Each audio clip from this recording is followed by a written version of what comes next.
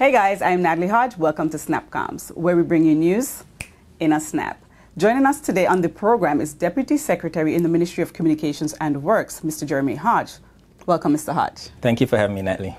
Okay, so as we are talking about, we've been hearing a lot about transformation of the public service.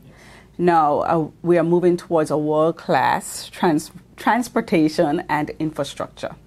As it relates to the Ministry of Communications and Works, tell us what this means or what ideas you have in store for us in terms of what the public can expect within this transformation of the public service.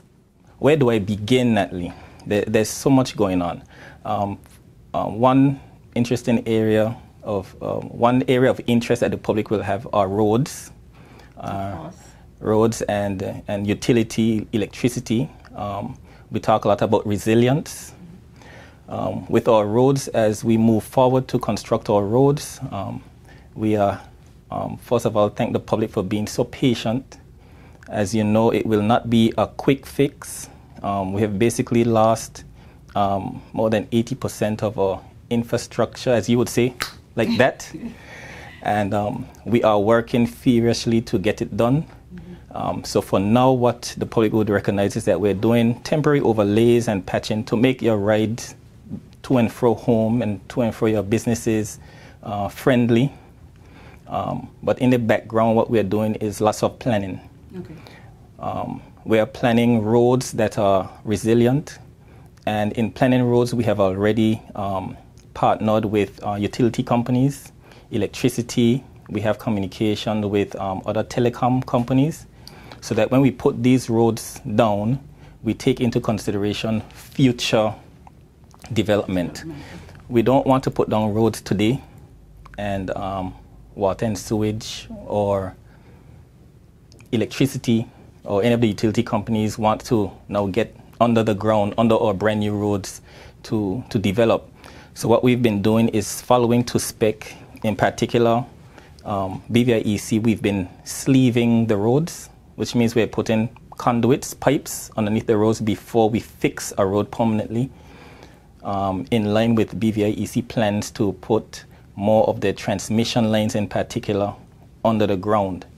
So in the event of a hurricane, if your community loses its poles, it's an easy build out because the power would be right at your doorstep, and all they have to do is build the poles, run the powers to your connection. With the road development, you can expect that whatever road we place permanently will have sidewalks. Sidewalks and handicap access are priority. We are catering to a public of varying needs. There are those of us that can walk now. There are those of us who have challenge, those of us in wheelchairs.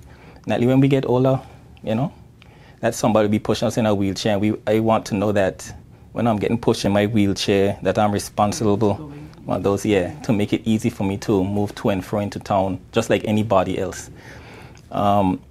You can expect modern sewage systems, Natalie.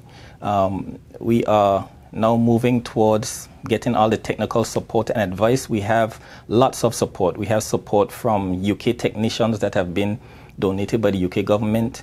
We have local technicians working along with them to get the requisite training and skill set so that when we develop these modern infrastructures, we can actually maintain them. We are looking at this as an opportunity to redevelop our policies and the way we maintain our infrastructure in ways that we can hold persons accountable for maintaining our infrastructure. It would also mean incorporating the private sector. Our government has mandated that while we develop internally, we must also develop the public-private sector to assist us. So you can see varying things like varying companies being responsible for maybe maintaining one segment of our treatment system, sewage treatment systems, which will be very modern. We will be treating all the sewage in our most condensed areas, such as the Eastern Longlook area, the treatment plant at Paraquita Bay. Yes, it's been taking a while, but the emphasis is placed on getting it right. So we can look forward to seeing the ministry collaborating with the private sector as well as other departments within government as part of the transformation initiative. Exactly. Okay. So, what do you have planned for our ports, a port of entry? Yes, our ports of entry, I know the Western Port is a hot topic. What we have planned there is a very modern facility, cost-effective facility that will do what we need it to do to transport our locals and guests alike. We do have drawings, completed drawings. We have been, the minister has been in vigorous negotiations. We do have a private company or persons that have volunteered some funding and assistance with that. I guess the minister will announce that at a later stage and present the drawings to the community. In terms of temporary accommodations, we do have plans afoot to deal with that. Yes, a few ideas did come up, but we have to also negotiate properly and plan properly what we put there temporarily, because we're looking at liability. We're looking at the hurricane season coming in again. The Ports Authority did make tracks and did have a temporary facility to set up there, but it was proven not the best decision at the time, given that we were going into the hurricane season. So just ask for a little more patience, and we're getting there. With the Ports Authority itself, we've been having challenges with logistics. As Charlene would say in DDM, there's no guide or directions on how do you manage after a Category 5 hurricane. So, of course, now the entire BVI is like a construction zone now. So everybody's bringing material and supplies and everything, so it's been haywire. So persons have had challenges getting the cargo out in a timely manner. So what we are doing is internally planning training for our staff in developing a more efficient world-class BVI Ports Authority. I won't get into too much detail. They're a statutory body of their own, but we do have training, vast training. We do have support coming in to assist us moving forward to transform the BVI Ports Authority. You will also see a new facility over time with the authority. I don't know if there's any other area in terms of the... So in a nutshell, we can look forward to improvements to our road network, the water and sewage treatment. Yes. We can look forward to improvement to our ports. Yes. And logistics at our ports facilities. Yes. Okay. Even on in Cane Garden Bay, we have Carrot Bay and Capoons Bay. Those roads are currently, we have to do some works, especially to the Carrot Bay area and Capoons Bay. Just that you'll know, we have begun the process.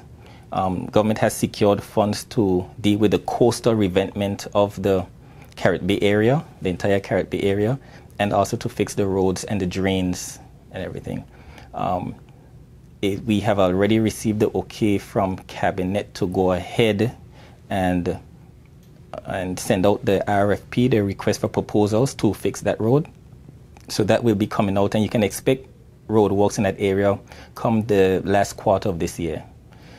So you can expect road improvements in that area. Cane Garden Bay, coming into the last quarter of this year, you will notice lots of work will be in the sewage. We're going to be installing a modern sewage system, a renewed modern sewage system in Cane Garden Bay, which will also mean new piping and connections to homes, where we'll be reducing the need for about 35 pump stations in Cane Garden Bay to about 6 or 5. So it'll be a lot. We'll also be treating there to the tertiary level. And again, you can expect public-private partnership to maintain that facility. Okay. And of course, these improvements with regard to the public service transformation is not just for us as residents. Right. It's for also our visitors to the territory. Exactly. For improved services. Exactly. All right. Well, is there anything else you'd like to add?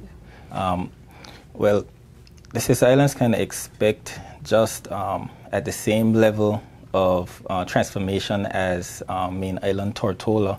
On Virgin Gorda, Jost Van Dyke, Anegada, they can expect lots of improvement to road networks. There've been quite a lot of damage, in particular to both to Virgin Gorda, like us.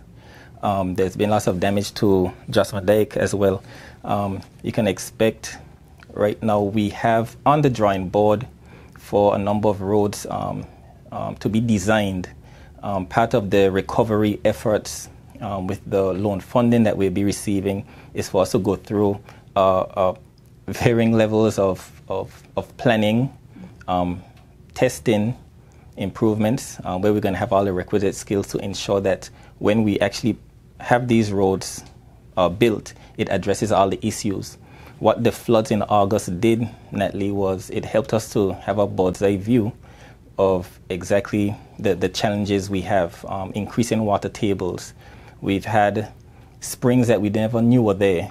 Well, at least our generation, I'm quite sure us can tell that they knew they were there, but the water table was so high that these springs, we had to wait till the water table went down a bit, so that we can actually begin works.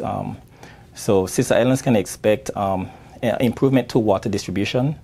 We had lots of damage to the reservoirs, both on Tortola, Jost Van Dyke. We actually had a reservoir that was totally destroyed, and Virgin Gorda. Currently, we have Florida Aqua Store, where most of the funding was donated by the United Kingdom government to repair and replace our reservoirs. They started at Sabot Hill, where they have finished putting the top on one of the reservoirs and are continuing the repairs. We have to replace a reservoir in Hodges Creek. We have to replace reservoir on Virgin Gorda. And also you can expect that the reservoir on Jost Van Dyke will be replaced. They have been shipped in already, so the guys are moving by their timetable to have this done. So again, your patience, you may have some water woes in the interim, because as we fix them, we have to drain them. You will not be out of water 100%, but it will be a reduced supply while we fix some interruptions. Also on the Sister Islands, the minister had asked that we do begin preliminary works on identifying the need for sewage treatment on Virgin Gorda. We have conducted some surveys already and identified the best location to have a modern treatment facility. And again, to treat the most condensed areas. What we want is to ensure that we protect our environment that visitors and locals alike enjoy. We don't have what bauxite and gold and silver. What we have are our sun and our seas and our coral and our fish and our sand and our beaches, and we have to protect it. So all that we do as well, we work in collaboration with the Ministry of Natural Resources and Labor, because sometimes we think we're doing a good thing and it's actually harmful. Right. So Virgin Gorda can expect in not too distant future, but begin hearing talks about the placement of a modern treatment facility on that island. And that does not leave out the other sister islands, but of course we have to take things in strides. Yeah. Well, that's good to hear of the plans you have in store for the sister islands as well. Yes. And I think it's especially great news to hear that as we work towards becoming stronger, more resilient, and more effective public service, that the ministry is working in collaboration with a number of departments and along with the private sector. Yes. So thank you for joining us on this program today. And if you have more updates with regard to public service transformation, you are always welcome to come back on the program. Thank you. That was a pleasure to be here. All right. Well, there you have it, guys, for today's episode on the Public Service Transformation Informational Series. I'm Natalie Hodge, signing off. Be sure to tune in for your daily feed of SnapComms, where we bring you news in a snap. Subscribe to our YouTube channel, Twitter, and Facebook at BVI Government and Instagram at GIS BVI. SnapComms is brought to you by the Disaster Recovery Coordinating Committee, Government of the Virgin Islands.